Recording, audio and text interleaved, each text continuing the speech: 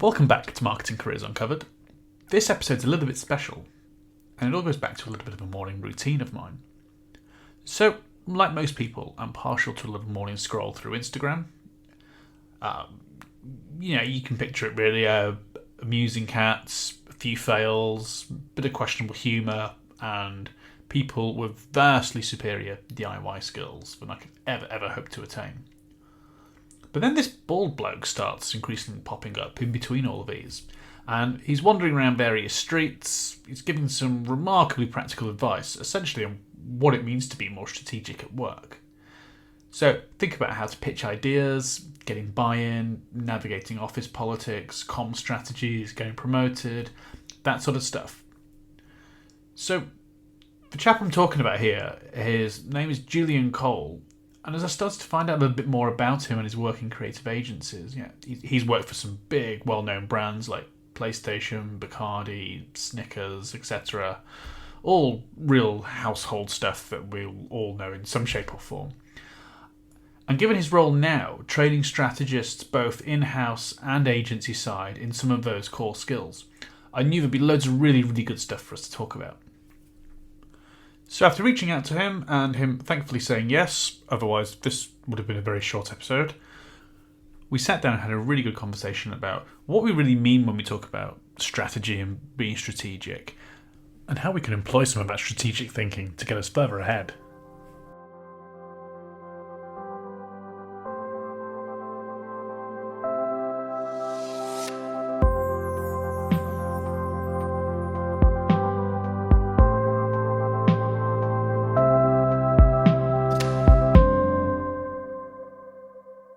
Thanks for taking some time out of your day to talk all things strategy with me today. So, just to kick us off a little bit, really tell us a little bit about you, what you're up to right now, and how you got into this space. Yeah, so I have worked in advertising agencies for 15 years, or I worked in advertising agencies for 15 years, mainly the majority of time in New York, where I went up to head of communications planning. So it was pretty much a strategy role within a creative agency. And since then, I've gone out and realized, firstly, that people needed training around strategy and the job of a strategist in an advertising agency. So I created a course around that about 4 years ago. And since then, I've realized that strategy is not just valuable to people in advertising agencies, but also in a broader market, strategic thinking at work is really important. And what I mean by strategic thinking is being able to both sell and get buy-in for your ideas and proposals, and be that with how you actually turn up, how you present your information to senior leadership, and how you deal with the dynamics of office politics and getting buy-in at senior leadership level. So I've got a new course coming on that, which has been really successful. And I've seen you flicking through my Instagram reels, and there's definitely some really quite actionable pieces of information you've been sharing with people as well. I think my favourite one so far has been about anytime anyone says there's no office politics, there's always office politics. You just haven't quite figured that out yet. Yeah. And the interesting thing was I was actually just speaking to two friends who are startup founders, and they were telling me there's no politics at our organization. And I said, that might be true. They're the founders as well. So I feel like it's very hard to see politics when you're looking down. But then my second thing was I think politics grows as more people come into an organization. The bigger the organization, the more people, the more dynamics between people that exist, and the more politics that will be at play. But politics in itself isn't an intrinsically bad thing. Yeah, office politics gets bounded around like it's the Antichrist, but actually, it's not always the case, is it? No, it's really understanding how decisions get made. We're human beings, we're not rational creatures. Emotion comes into play at times, and our past background plays a point as well.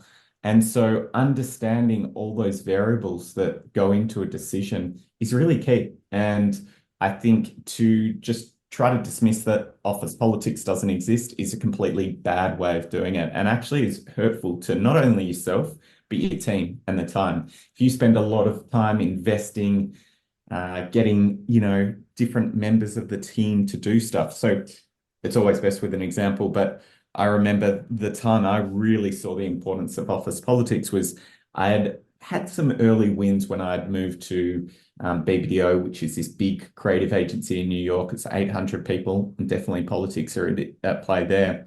And one of my junior strategists, I asked him to do a white paper on new innovation and technology that was coming through. I think actually, honestly, it was just probably banner ads at the time and just some of the dynamic stuff that was changing there. And I took it to the CEO and MD, and I'd got him to work on that for a couple of days. And I presented it to both of them at once.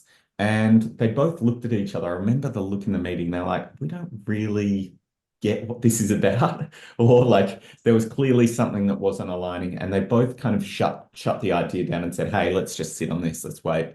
And what I realized afterwards was I had lost credibility with my junior strategist because I'd got him to work on something that would never see the light of day and was a waste of his time.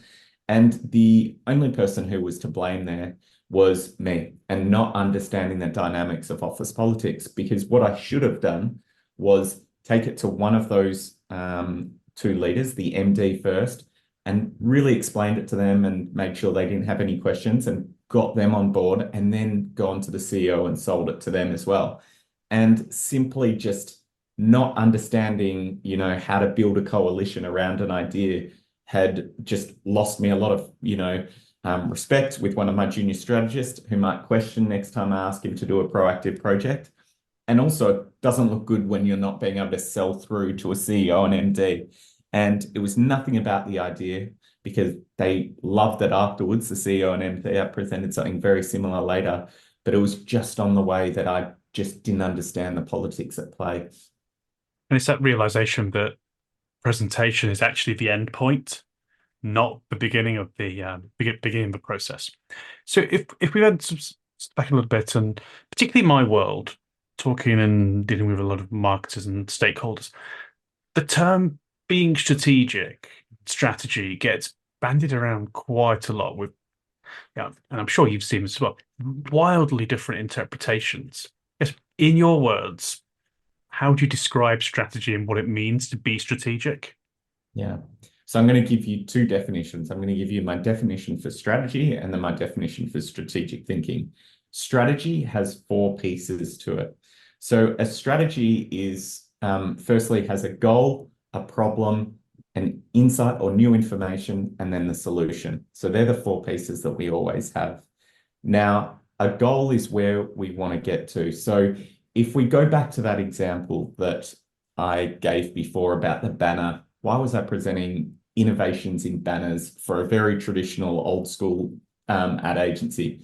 Well, one of their goals was they were seeing that they were losing a lot of work to, and this is probably getting to the second point of the problem, they were losing a lot of work to digital agencies and integrated agencies who were kind of biting off their old accounts. And so their accounts was decreasing in size. So that was a big problem. So the second part of the strategy, the goal was they wanted to be seen as an integrated agency who was kind of at the cutting edge. So they are two parts that you need. That's the goal, and the problem is always in a strategy. New information and then a solution are the other two parts. The new information I had was, hey, we could do a white paper. There's this new stuff happening around banner ads and making them more dynamic. I actually forget what it was. It was 2015, so that's why I'm a bit shady. But let's imagine it's AI and banners. We'll put it there. New innovation coming through on AI and banners. This is an opportunity for us to be on the cutting edge. Old traditional agency on the cutting edge. That was the new information that we had. So the solution was, let's write a white paper, put it out to press on the best uses of dynamic banner ads or AI in banner ads and how the future is going to change that for marketers. So that has the four parts of a strategy in it. We've got the goal, problem, solution, new information, and solution. And so that is what we're looking for with a strategy.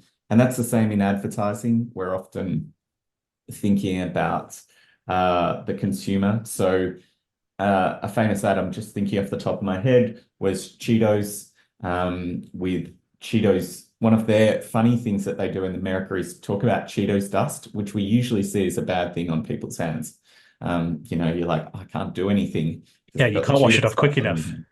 Yeah, you're just like, ugh.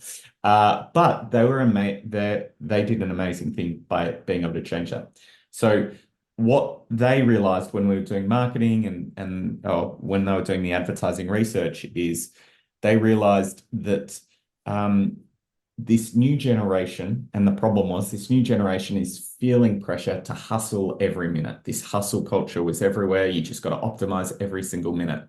But the goal is you want to kind of appreciate life. You don't want that stress in your life. You want to live, uh, you know, a life full of experiences, but not feel stressed out that you're not making the most of life. Now, the new information is, well, Cheetos thought to themselves, hey, actually, we're the perfect alibi for doing nothing because when you've got Cheetos dust on your hand, you actually have to slow down.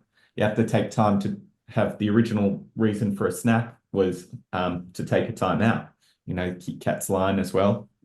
And so what they did is they had a whole TV commercial, which was all about, they had MC Hammer and it was can't touch this. And it was all these people asking for extra things like, can you help me move? Can you spot me on the bar? Can you do this office reply by, this office report by 9 a.m.? And the person just holds up their hands with the Cheetos dust and say, sorry, I can't do that. And so there's the solution. So again, all four pieces are in a strategy, whether we're talking about a business scenario, whether we're talking about advertising. Now, when we talk about strategic thinking, that's how does your brain think strategically? And we are all strategic thinkers, but there's three parts, and we usually tend to be strong in one of these three. So strategic thinking is past thinking, present thinking, and future thinking. Past thinking is looking at data and analyzing what's happened in the past to work out what should be our goal and what's our problem, what's stopping us from doing what we need. Now, in advertising agencies, in marketing, we're very much about the future, which is what are ideas that we can come up with to solve that problem and get to that closer to that goal. And so that's creative thinking, is future thinking. And then present thinking is how can we actually make that a reality? How can we make that idea actually come true? So that's present thinking. So a strategic thinker needs all three parts. They need to be able to look at the past and analyze the past and work out how that all kind of makes sense and what the problem is and what the goal is. We need to be able to be a future thinker where we can be creative. And then we need to be able to think in the present of how do we bring that together with the finite resources that we have. And they're skills you can learn, isn't it? You're not born an innate strategic thinker. You can learn some of these approaches to do that, right? Can't you? Yes, and you will naturally be strong in one because if you've come up in account management or client services, you're very good at present thinking. If you're a creative, you're probably good at future thinking. If you're analytical, a lot of strategists start there. Now, what I teach in my course is there's mental models, which are ways, exercises that you take your brain through to help you with those other areas. So, for instance, if you are not very good at, you're always someone who rushes to the solution. One of the best exercises you can do is called first principles. And what that is it's an exercise that makes you analyze the problem for longer and really interrogate it. So the famous person around this is Elon Musk with SpaceX. Everyone told him the problem with starting a private spaceship company is that spaceships are just too expensive to build. Now, the thing that Elon Musk did is he interrogated that problem. And what he realized when he really interrogated it is the problem's not expensive. It's expensive to make spaceships. It's expensive to make a spaceship that you blow up every single time. And so by using first principles and not just going, oh, well, I'll need to raise more money so I can start a spaceship company, but by spending more time with the initial problem and realizing what's the problem behind the problem, that helps you. And there's exercises that he did on that, which is like write down, question all the assumptions in the statement, break it down into its key parts. And there's all these exercises that you can take your brain through to become a better analytical thinker. And that's true with creative thinking, where you do lateral thinking exercises, and then present thinking is, worst case scenario, retro planning. Once you've got a creative idea, how do you get there? There's all these mental models that you can use, and that's what I teach in this new course. One of the things I've often talked to people about, particularly over the last year, are people's progression stories and how they've moved into more senior roles and bigger and better things as they go. What I'm yet to hear as a progression story is someone going, I was really good at my job and then I got promoted, and then I was really good at that job and then I got promoted. So, for example, if I'm a social media manager and if I've been hitting my objectives for the last couple of years, so well, yeah, ticking all the boxes on my personal development plan, absolutely nailing the job. Yet I'm not still not progressing into those more senior roles. What are the things that could be getting in my way that's not my job performance? Yeah, so I'm a big believer of people should never get promoted on performance. You should never get promoted for hard work. That is not the reason we should ever be promoting anyone. And it's one of the biggest lessons you've got to learn early in your career is you can work as hard as you want. You can be as great at your job as possible, but you do not deserve a promotion. Never. And the reason for that is the skills that you will need in your future job is what you need to show. And so a lot of that is from that very first level. We're talking about social media managers. When you become a social director where you're looking after a team, do you have skills which are going to be around management, managing others, getting them to perform to a certain level? That is totally different from the star performer who's been really good as a social media manager, looks after the accounts, totally buttoned up. Because the problem is, and this often happens, is we promote those people who are great individual contributors, A++ on their account, and then we promote them and they are horrible as managers. And the reason for that is they are so used to performing and contributing and their actual work being praised that they struggle to get out of that. So that's why we've got so many micromanagers who say, oh, I'll just do it myself. I know how to do this. And they don't let their team breathe and work out how to let their team get really good. And so what you want to do is if you're not getting promoted, you've got to show that you can do your boss's job or that whatever that next job level up is. And so they are the skills that you want to be doing. You want to be dropping a couple of the balls on your current job, figure out what are the non-essential stuff you can do to free up some time for yourself, and then work out what are the skills that I need at this next level. And as you get higher up in the company, that's all around strategic thinking. That's all around how do you get other people to help you achieve your goals as well, or align everyone around the same goals. And that's not going to happen by being a great individual contributor. That's going to happen by being able to work the dynamics, understand people, understand how to sell ideas in. There's so much more. Understanding office politics, understanding strategic thinking, understanding what someone's looking for.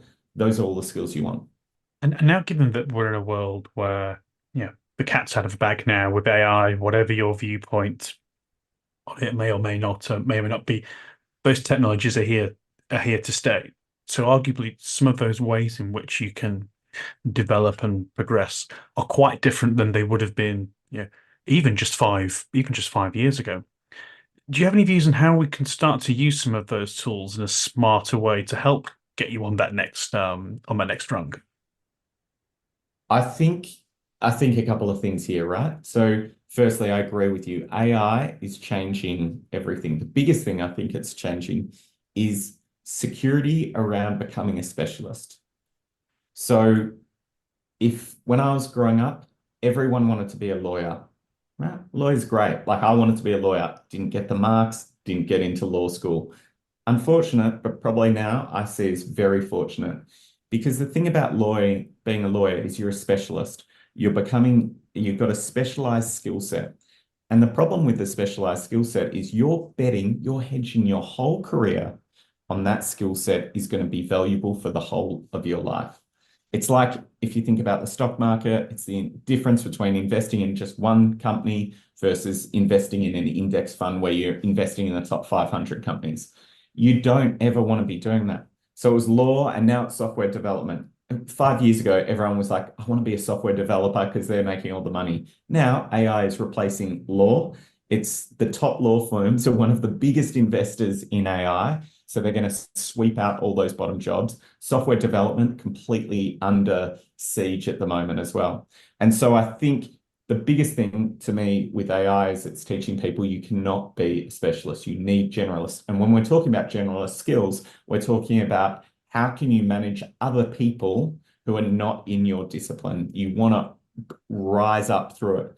And so the way I look at AI is that it should be helping you with all those tasks at the very bottom of your ladder that you've got on your to-do list. So how can you templatize responses? How can you get research done faster with AI? And so there's a number of techniques that I use even in my job. If I'm talking about my job as a strategist, there's things that I can do to ask for kind of starting research or, for instance, in strategy, in the role of a strategist, I always think it's really handy at the very start and the end of the process, never in the middle. So to start, coming up with ideas. So coming up with hypotheses, coming up with potential insight routes, very good there. In the middle, you test them and then you want to validate it with real people. Don't think that you can use an AI thing and just present it to a client.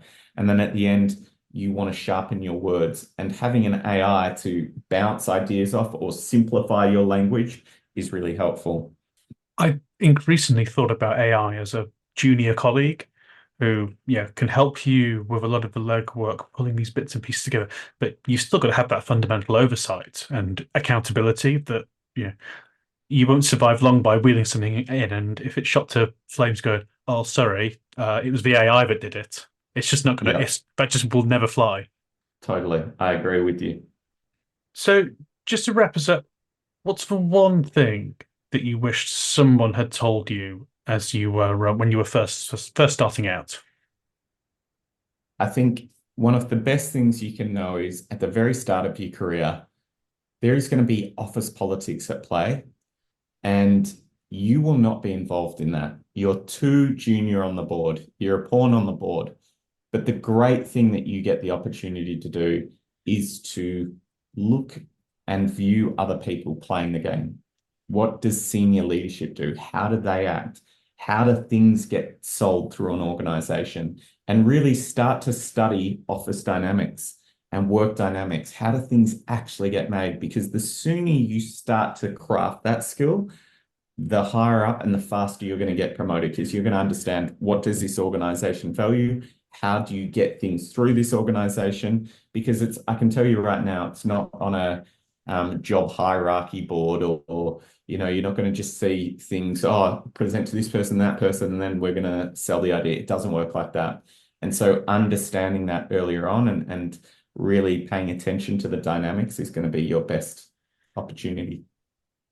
Yeah, there are two organizational charts in an organization. The one that is drawn by HR and the one that actually exists in reality. And that's the one you want. Yeah, I wish that you said it so much better than me. That's what I was trying to say. But you've got away with words. Well, with AI, we can attribute that back to you anyway. Thanks, Dave. I appreciate that. Brilliant. Well, thanks ever so much for popping in to spend some time with me today. Really, really appreciate that, and loads of absolutely wonderful nuggets for people to take away and apply in their own roles. Excellent. Thank you. Thanks for listening. Hope you found that really useful and informative. Don't forget to subscribe wherever you get your podcasts, or follow Marketing Careers Uncovered on LinkedIn, Instagram, or even TikTok, and share some of your own thoughts. See you next time.